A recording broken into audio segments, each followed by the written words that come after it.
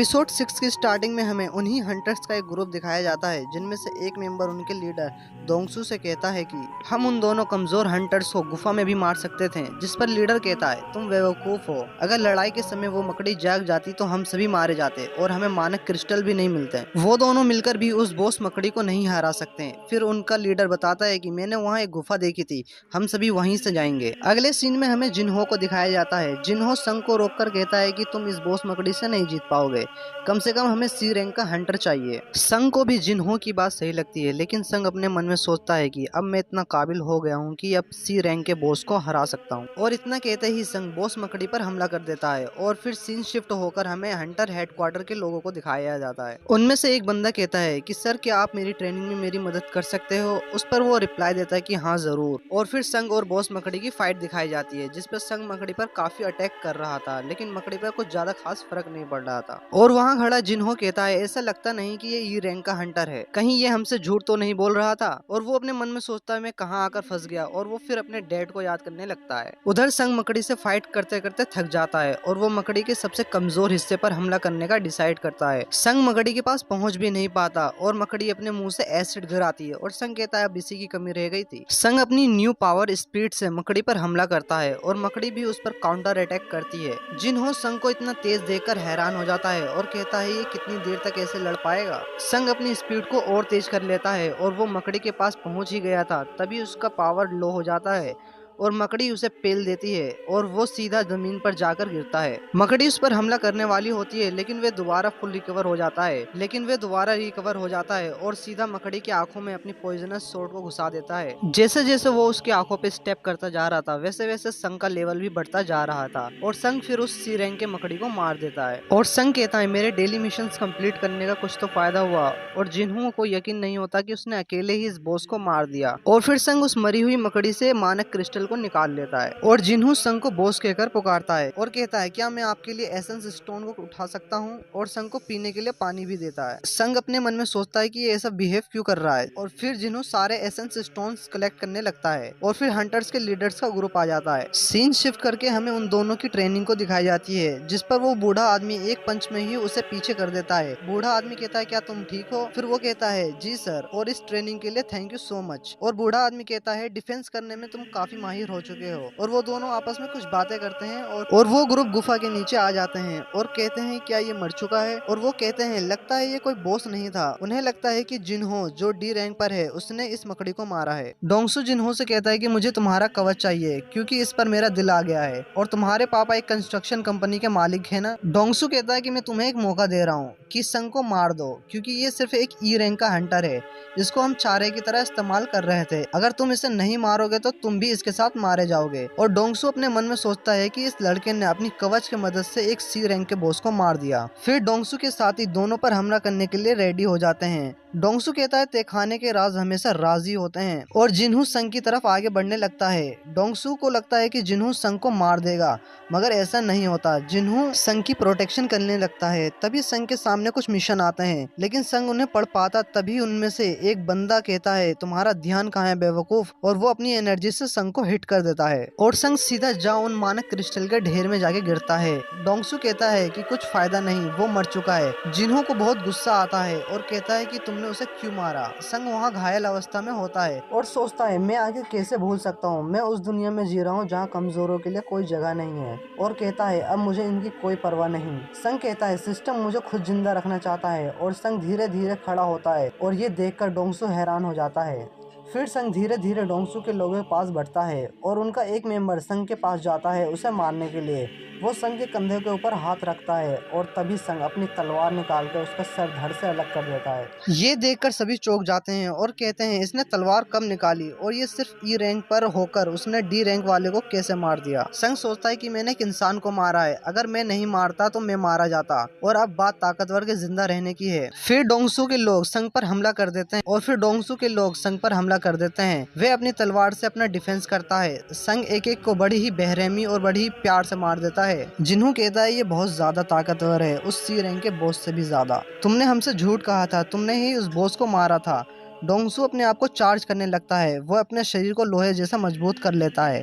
Dongsu सोचता है एक बॉस और 5 हंटर से लड़ने के बाद वह कमजोर हो गया होगा। फिर वो संग पर हमला कर देता है, पर संग अपने एक हाथ से ही उसे जमीन पर गाड़ देता है। संग कहता है मैं अब हर पल और ज्यादा ताकतवर होता जा रहा हूँ। डोंगसू कहता है इसने मुझे जमीन पर कब पटका। डोंगसू उससे रहम की भीख मांगने लगता है और कहता है कि तुम मेरे भाई को नहीं जानते। संग पर उसे एक ही वार में सर धड़ से अलग कर देता है और वो डंजन गिनने लगता है। वो दोनों बाहर आ जाते हैं। एक लड़की कहती है सारे सी रैंक के हंटर्स मारे गए, सिर्फ तुम दोनों ही बचकर बाहर आए हो।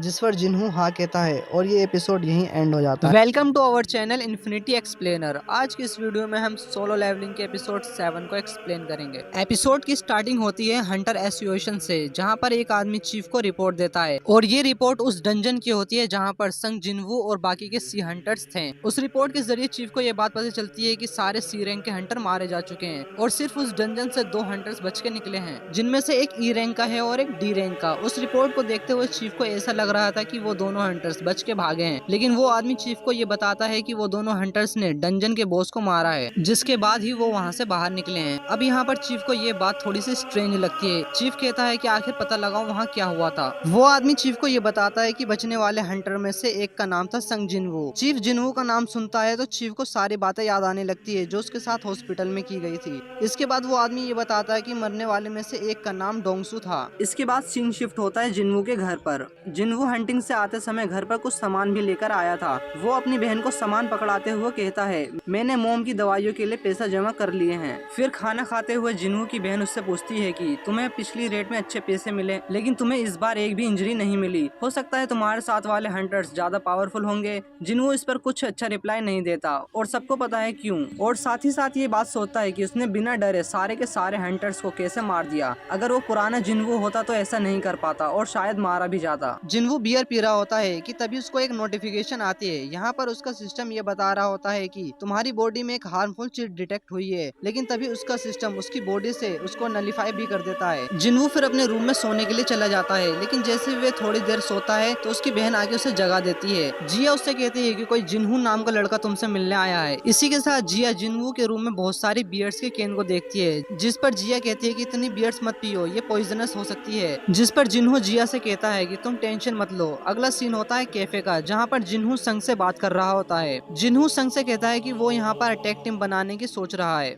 लेकिन जिनहू अपनी बात पूरी कर पाए उससे पहले संग उसे मना कर देता है। यहाँ से जाते हुए जिनहू कहता है कि मैं अमीर लोगों से बात करने में इंटरेस्ट नहीं रखता, लेकिन यहाँ पर जिनहू बहुत ज्यादा रिक्वेस्ट करने लगता है, जिस पर संग कहता है अच्छा ठीक है बताओ क्या करना है। जिस पर जिनहू कहता है मैं गिल्ड मास्टर बनने की सोच रहा हूँ, लेकिन उसकी पहली कंडीशन ये है कि हंटर्स को 20 मिशन पे जाना कंपलसरी है, और जो पिछला मिशन था वो मेरा पहला मिशन था। जिनहू ये भी बताता है कि उसने रिटर्न एग्जाम के लिए भी काफी अच्छी पढ़ाई कर ली है, लेकिन मेरी कॉम्बैट स्किल्स अच्छी नहीं है। जिनहू की बात सुनने के बाद संग उससे कहता है तुम तो जिन न्यू कंस्ट्रक्शन के अगले मालिक बनने वाले हो ना। इसका रिप्लाई देते हुए जिनहू कहता है मेरे फादर एक गिल्ड बनाना चाहते हैं। संग मन ही मन में सोचता है जो डंजन होते हैं वो बहुत अच्छे ट्रेजर देते हैं और डंजन की लगभग हर एक चीजों को बेचा जा सकता है। जिनहू अपनी बात को कंटिन्यू करते हुए कहता है मेरे पापा को एक एस रैंक का हंटर चाहिए और उसका भाई उस गिल्ड में वाइस गिल्ड मास्टर बनेगा। संग हैरान होते हुए कहता है क्या एस रैंक हंटर चाहिए, लेकिन पूरे नेशन में सिर्फ 7 एस रैंक के हंटर है। जिनहू बताता है मिन यूंग नाम का एक एस रैंक का हंटर था जिसने कभी कोई भी गिल्ड ज्वाइन नहीं करा, वो रिटायर भी हो चुका है। संग उसे फ्री की एडवाइस देते हुए कहता है अगर तुम किसी और गिल्ड से एस रैंक का हंटर लाने की सोच रहे हो तो बिल्कुल ही मत करना, ऐसा हो सकता है कि इससे तुम्हें बाद में दिक्कत होगी। जिन्हों कहता है कि अभी तक उसके भाई की हंटर अवेकनिंग नहीं हुई है, इसलिए वो गिल्ड मास्टर नहीं बन सकता। इसी के बाद वो संग से रिक्वेस्ट करता है कि प्लीज मेरे साथ रेड पर चलो, क्योंकि तुम्हारी एबिलिटीज को मैंने देखी है और तुम्हारी स्किल्स भी काफी ज्यादा अच्छी है। ये कहते हुए जिन्हू संग को एक फाइल देता है। संग को ये बताता है कि तुम अभी जिस बिल्डिंग में बैठे हो ये जल्दी गिल्ड ऑफिस बन जाएगा। वैसे इस बिल्डिंग की वैल्यूएशन 30 बिलियन है एंड जिन्हो संग को 30 बिलियन का ऑफर भी दे रहा था।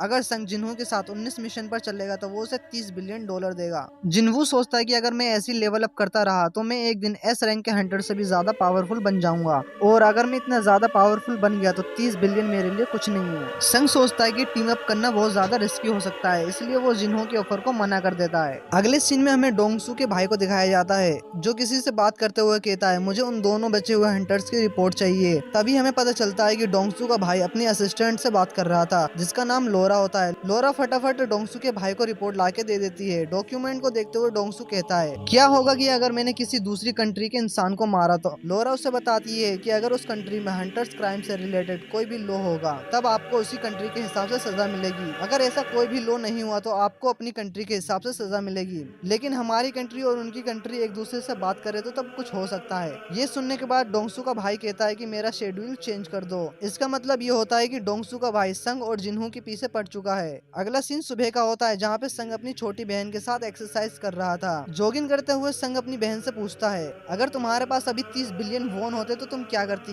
जिया कहती है कि वो अपने मोम के हॉस्पिटल का बिल और कॉलेज के ट्यूशन की फीस भरती क्योंकि ये बहुत ज्यादा पैसे हैं और उसको कुछ समझ नहीं आ रहा है कि क्या करना है। संग अपने सिस्टम को चेक करते हुए देखता है कि वो 10 किलोमीटर की जगह 11 किलोमीटर भाग चुका है और इसी के साथ उसने 100 पुशअप्स की जगह 102 पुशअप्स मारे हैं। इसके बाद उसका सिस्टम एक रिवॉर्ड देता है और रिवॉर्ड में उसको एक की मिलती है। सिस्टम उसे बताता है कि ये चाबी एक डीमन कैसल की है और ये डंजन उसको मिलने वाला है डाइसुंग टावर के पास। इन इंटरेस्टिंग बात यह है कि डंजन एक एस रैंक का डंजन है। सिस्टम संग को ये बताता है कि उसे कैसल के अंदर एलेक्सर ऑफ लाइफ मिल सकता है जिसका यूज करके वो किसी भी बीमारी को ठीक कर सकता है। संग ये सोचता है कि अगर उसको एलिक्सर ऑफ लाइफ मिल गया तो वो सबसे पहले अपनी मोम को ठीक करेगा। अगला सीन होता है रात का जहाँ पर संग को वो गेट मिल जाता है और वो चाबी से उस गेट को खोल देता है। अंदर जाते हुए संग ये भी सोच रहा था कि अगर उसके साथ कुछ गलत होता है तो वो फटाफट इंस्टेंट टेलीपोर्टेशन का यूज कर लेगा। डंजन के थोड़े अंदर जाने के बाद ही उसके सामने एक अजीब सा बीस्ट आ जाता है। संग उस बीस्ट को देखकर अपनी एबिलिटीज का टेस्ट करता है। जिन्हों अपने डैगेट से बहुत ज्यादा फास्ट अटैक करता है लेकिन उस बीस्ट का उसके ऊपर कुछ खास फर्क नहीं पड़ता।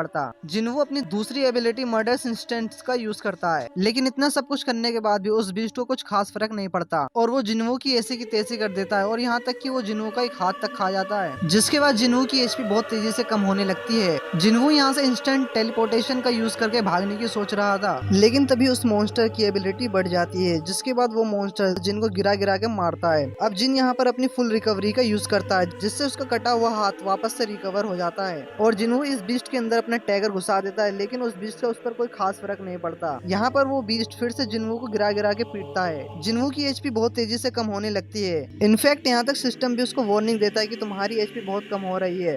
अब जिन्हों यहाँ पे अपना इंस्टेंट टेलीपोर्टेशन यूज करने की सोचता है लेकिन वो मॉन्स्टर फिर से इसके ऊपर अटैक कर देता है जिससे उसका स्टोन उसके हाथ से छूट के गिर जाता है। जिन्हों वहाँ से बहुत तेजी से भागता है और कहीं पे जाकर छुप जाता है। अब उसे समझ नहीं आ रहा है कि अब वो यहाँ पर क्या करे लेकिन तभी उसको याद आता है कि उसके सिस्टम में एक शॉप भी है और जिन्हों वहाँ से हीलिंग बोतल खरीद लेता है। उन तीनों बोतल को पीने के बाद उसकी एचपी सिर्फ 300 बढ़ती है। सिर्फ 300 एचपी को बढ़ा देखकर जिन्हों सोचता है कि ये तो बहुत कम है। अब वो यहाँ पर अपना थोड़ा दिमाग चलाता है और वो पॉइजन पी लेता है। जैसा कि हमें शुरू में दिखाया गया था कि पॉइजन को पीने के बाद उसकी बॉडी ने उसको डिटॉक्सिफाई कर दिया था जिससे उसकी एचपी भी बढ़ जाती है। जिन्हों फिर से उस मॉन्स्टर की तरफ जाता है और इस समय पर मॉन्स्टर की सारी स्किल्स डीएक्टिवेट हो चुकी थी। इसका मतलब जिन्हों ने जो भी पहले अटैक किए थे उसका असर अब दिखाई दे रहा है। अब ये चीज देखने के बाद जिन्हों उस मॉन्स्टर की तरफ फिर से अटैक करने के लिए आगे बढ़ता है लेकिन वो मॉन्स्टर उसको बहुत ज्यादा मारता है। इनफैक्ट वो मॉन्स्टर अपने दांत को जिन्हों के पेट के अंदर घुसेड़ देता है लेकिन जिन्हों यहाँ पे हार नहीं मानता और वो अपने टैगर से उसके मुंह पर अटैक करने लगता है। इतने सारे अटैक करने के बाद मॉन्स्टर फाइनली मारा जाता है और यहाँ पर सिस्टम जिन्हों को एक पेपर देता है। सिस्टम उसे ये बताता है कि एलेक्सर ऑफ लाइफ बनाने के लिए उसे 3 चीजों की जरूरत है। जिन्हों सोचता है कि अगर वो भी कैसल के अंदर गया तो पक्का मारा जाएगा इसलिए वो डिसाइड करता है कि वो अगली बार जाएगा और ये एपिसोड यहीं एंड हो जाता है।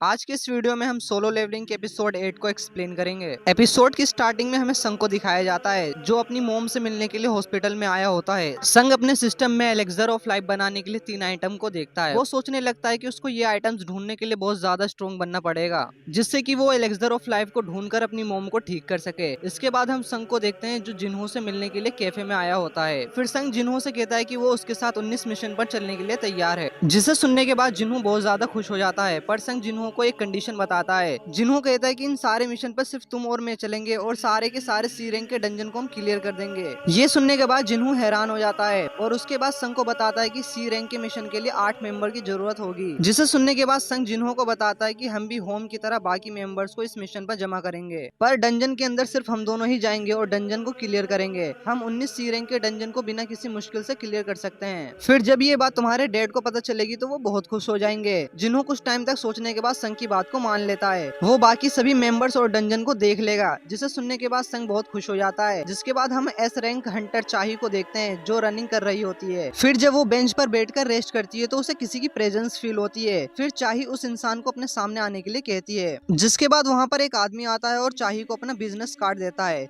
इसके बाद हम जिन्हों को देखते हैं जो अपने फादर के साथ होता है। जिन्हों के फादर उसको बताते हैं जब से इस दुनिया में डंजन आए हैं, यहाँ की सब कुछ, देश की इकोनॉमी, पॉलिटिक्स, सब कुछ डंजन से जुड़ चुका है।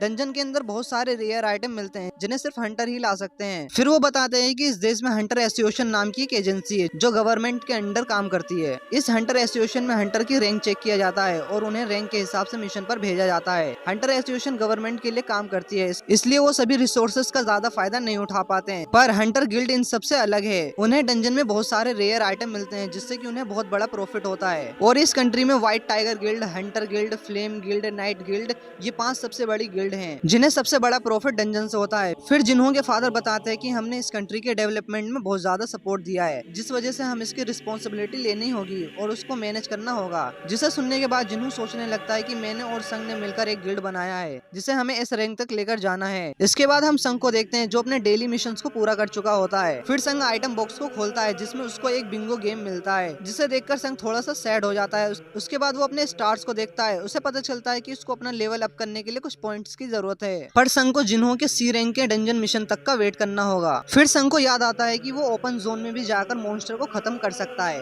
तभी संग सोचता है कि इससे उसका बहुत ज्यादा आइटम खराब हो जाएगा। फिर संग के फोन पर एक डी रैंक के डंजन के लिए मिशन आता है, जिसे देखकर संग सोचने लगता है कि मुझे इस मिशन पर जाना चाहिए या फिर नहीं। फिर संग को लगता है कुछ न करने से अच्छा इस मिशन पर जाना चाहिए। इसके बाद हम मिस्टर सोंग को देखते हैं जो अपने स्टूडेंट के साथ बैठे होते हैं। तभी उनके फोन पर एक मेल आता है जिसमें उन्हें डी रैंक के मिशन के लिए बुलाया गया था। उसका स्टूडेंट मिस्टर सोंग से कहता है कि अब आपको रिटायर हो जाना चाहिए। जिसे सुनने के बाद मिस्टर सोंग उस डबल डंजन वाले इंसिडेंट को याद करने लगते हैं। फिर मिस्टर सोंग अपने स्टूडेंट से कहते हैं तुम सही कह रहे हो, क्योंकि मेरा एक हाथ भी नहीं रहा अब, इसलिए मुझे अब रिटायर हो जाना चाहिए। तभी उनका स्टूडेंट बताता है कि मेरा ये कहने का मतलब नहीं था, जब तक वो जिंदा इस दुनिया में से उन्हें बहुत कुछ चाहिए। इसके बाद हम हंटर किम को देखते हैं जो अपनी फैमिली के साथ होता है। किम कहता है कि उसको मिशन पर जाना होगा। ये सुनने के बाद किम की वाइफ कहती है हंटर का काम बहुत ही ज्यादा खतरनाक होता है और कुछ टाइम पहले किम बहुत मुश्किल डंजन से बाहर आया है। फिर किम अपनी वाइफ से कहता है उसको अपनी बेटी के अच्छे फ्यूचर के लिए पैसों की जरूरत है, इसलिए वो मिशन पर जा रहा है जिससे कि वो बहुत सारे पैसे अर्न कर सके। किम अपनी वाइफ को बताता है कि हंटर एसोसिएशन अभी उसे लो रैंक मिशन पर भेज रहे हैं जिससे वो आसानी से खत्म करके वापस आ जाएगा। इसके बाद हम एस रैंक हंटर बेक और चो को देखते हैं। बेक चो से कहता है कि तुमने मुझे इंटरव्यू के लिए क्यों कहा था। फिर चो बेक को बताता है कि चेयरमैन वू ने उसको कहा था कि मीडिया वालों को किसी स्ट्रॉन्ग हंटर के बारे में रिपोर्ट चाहिए, इसलिए मैंने तुम्हें इंटरव्यू के लिए भेजा था। जिसे सुनने के बाद बिग गुस्सा हो जाता है। फिर बिग चो से पूछता है कि उसको यहाँ पर किस लिए बुलाया गया है। फिर चो यूजिन कंस्ट्रक्शन के चेयरमैन के बारे में बताता है जो कि खुद का एक गिल्ड बनाना चाहते हैं। जिसे सुनने के बाद बेक बताता है कि उनके लोगों ने मेरे गिल्ड के हंटर्स को भी हायर करने की कोशिश की थी। इधर हम जूही को देखते हैं जो अपने रूम में बैठी हुई होती है। जूही की मॉम फोन पर उसे कहती है कि अगर तुम्हें वहाँ पर कोई काम नहीं है तो तुम वापस आ जाओ, क्योंकि तुम उनके लिए सिर्फ एक बोझ हो। ये सुनने के बाद जूही बहुत ज्यादा गुस्सा हो जाती है। वो अपनी मॉम से कहती है कि वो अपना फ्यूचर खुद ही डिसाइड कर सकती है, इसलिए इसके बारे में उन्हें सोचने की कोई जरूरत नहीं है। फिर हम देखते हैं कि जूही के फोन पर भी मिशन के लिए फोन आया होता है। फिर चाही चो के पास आकर उसको बताती है कि आज सुबह उसके पास यूजिन कंस्ट्रक्शन का एक आदमी आया था। वो उसको अपने गिल्ड का मास्टर बनाना चाहते हैं। तुम मेरे पास आई हो, इसका मतलब तुमने ऑफर को रिजेक्ट कर दिया होगा। चाही बताती है कि उसने इस ऑफर को सीधा ही मना कर दिया था। फिर जो चाही को इस बात के लिए उसको थैंक्स कहता है। चाही चो से पूछती है कि एस रैंक हंटर बेक आपसे क्या बात करने के लिए आए थे। इसके बाद हमें बेक को दिखाया जाता है जो कि बार में बैठकर चो की बात को याद कर रहा होता है। चो ने बेक को अपने पास जेजो आइलैंड के बारे में बात करने के लिए बुलाया था। जो बेक को बताता है कि जो आइलैंड पर 4 साल से उन सभी का रेड मिशन फेल हो रहे हैं, इसलिए हंटर एसोसिएशन ने इस आइलैंड पर एक और बार रेड मिशन रखने का सोचा है, क्योंकि लोग उस आइलैंड से डरकर वहां से जा चुके हैं। जो बताता है कि वो पिछली बार का इंसिडेंट नहीं भूल सकता जो उनके साथ उस आइलैंड पर हुआ था। जो बिग से कहता है कि हम सभी हंटर्स को एक साथ मिलकर दोबारा उस आइलैंड पर जाना पड़ेगा। चो बेग से पूछता है कि तुम्हें याद है ना जेजो आइलैंड पर हमारे साथ क्या हुआ था। बेग याद करता है कि किस तरह के मॉन्स्टर ने योनसुक पर अटैक किया था। इसके बाद हम संग को देखते हैं जो कि इस मिशन पर जाने के लिए रेडी हो रहा होता है। तभी जिया संग के पास आती है और संग से पूछती है कि तुम हॉलीडे पर भी काम पर जा रहे हो। फिर संग जिया को बताता है कि उसको एक नए मिशन पर जाना है। जिया संग से पूछती है कि तुम्हारी ट्रेनिंग का असर तुम पर हो रहा है। इधर मिस्टर सोंग भी इस मिशन के लिए जा रहे होते हैं। तभी वहाँ रास्ते में उन्हें संग दिखाई देता है। मिस्टर सोंग संग को पहचान नहीं पा रहे होते हैं। वो संग से कहते हैं कि तुम बहुत ज्यादा बदल चुके हो। फिर मिस्टर सोंग उसके पैर के बारे में पूछते हैं क्योंकि डबल डंजन के टाइम पर उसका पैर कट चुका था। उसके बाद संग बताता है कि जब उसको होश आया था तो वो एक हॉस्पिटल में था और उसकी बॉडी भी बिल्कुल ठीक हो चुकी थी। जिसे सुनने के बाद मिस्टर सोंग कहते हैं कि तुम्हें किसी बड़े हीलर ने ठीक किया होगा। फिर संग मिस्टर सोंग के हाथ को देखता है जो कि कट गया था। मिस्टर सोंग संग को बताते हैं कि इसमें बुरा मानने की कोई बात नहीं है क्योंकि मैंने अपनी जिंदगी को पूरा जी लिया है, पर संग अभी तुम बहुत यंग हो। इधर संग और मिस्टर सोंग दोनों डंजन के गेट के पास आ जाते हैं जहाँ पर उन्हें जूही मिस्टर किम दिखाई देते हैं। मिस्टर सोंग बताते हैं कि यहाँ पर जो भी लोग हैं वो सभी डबल डंजन से बचकर आए थे।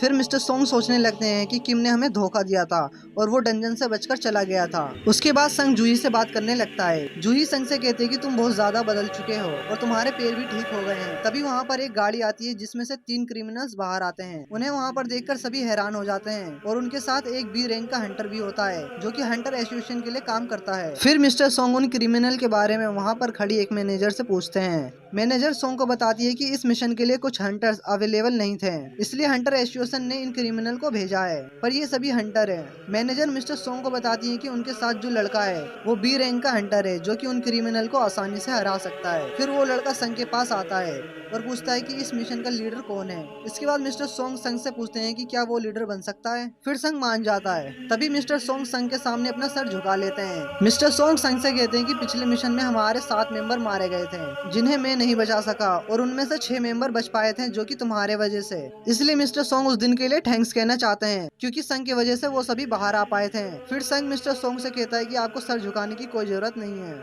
और सभी मिशन के लिए रेडी हो जाते हैं और ये एपिसोड यहीं एंड हो जाता है।